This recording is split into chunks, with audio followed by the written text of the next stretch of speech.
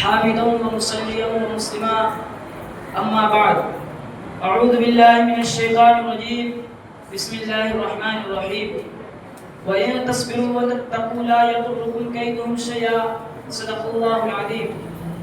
ہم نے ہی عطا کی تھی غلو لالا کو نکھت، ہم نے ہی عطا کی تھی غلو لالا کو نکھت، تکمیل بہاراں بخدا ہم سے ہوئی ہے. ہم نے ہی تو سینچا تھا کبھی خون سے گلشن، ہم نے ہی تو سینچا تھا کبھی خون سے گلشن، کیوں بعد سحر آج خفا ہم سے ہوئی ہے.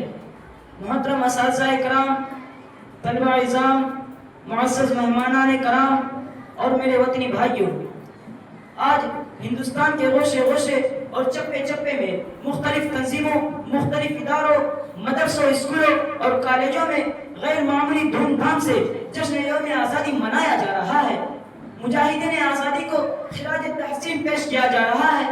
ایسے وقت میں ہمیں ان مجاہدین کی قربانیاں یاد آتی ہے جنہوں نے اپنے خون جگر سے اس چمن کو سینچا اور وطن کی حفاظت کے لیے جانوں کا نذرانہ پیش کیا. سامعین کرام، آزادی کی داستان اور اس کی تاریخ 200 سالوں پر محیط ہے.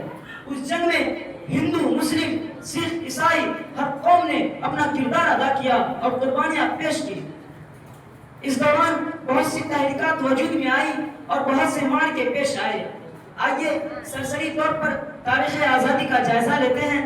چنانچہ 16ویں صدی عیسوی کے آخر میں انگریز ہندوستان میں آئے. 1615 عیسوی میں ایسٹ انڈیا کمپنی کے لیے بادشاہ جہانگیر سے اجازت حاصل کی اور تجارت کے بجائے چھوٹے چھوٹے علاقوں پر قبضہ کرنا شروع کر دیا.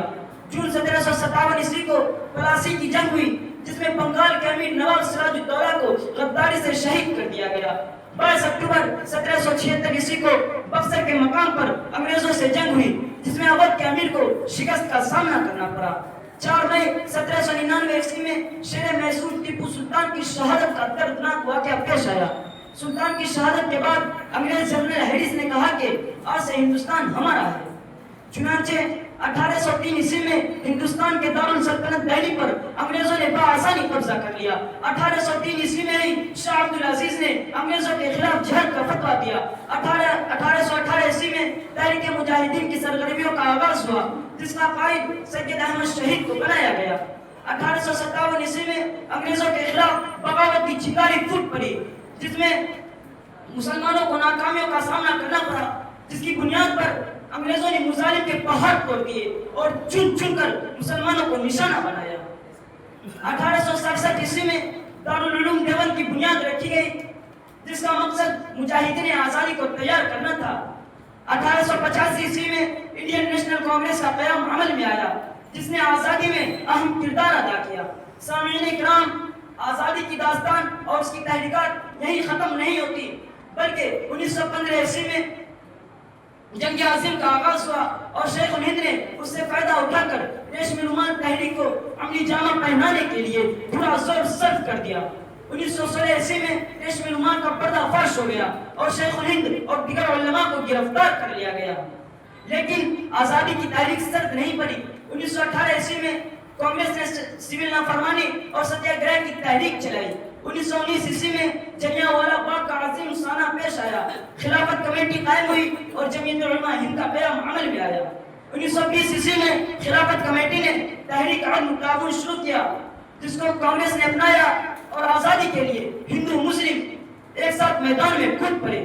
1921 عیسوی میں کراچی کا مشہور مقدمہ پیش آیا جس میں کفن بردوش مجاہد جلیل شیخ الاسلام کے بیان نے پورے قوم کو گرما دیا اور آزادی کے لیے نئی روح پھونک دی.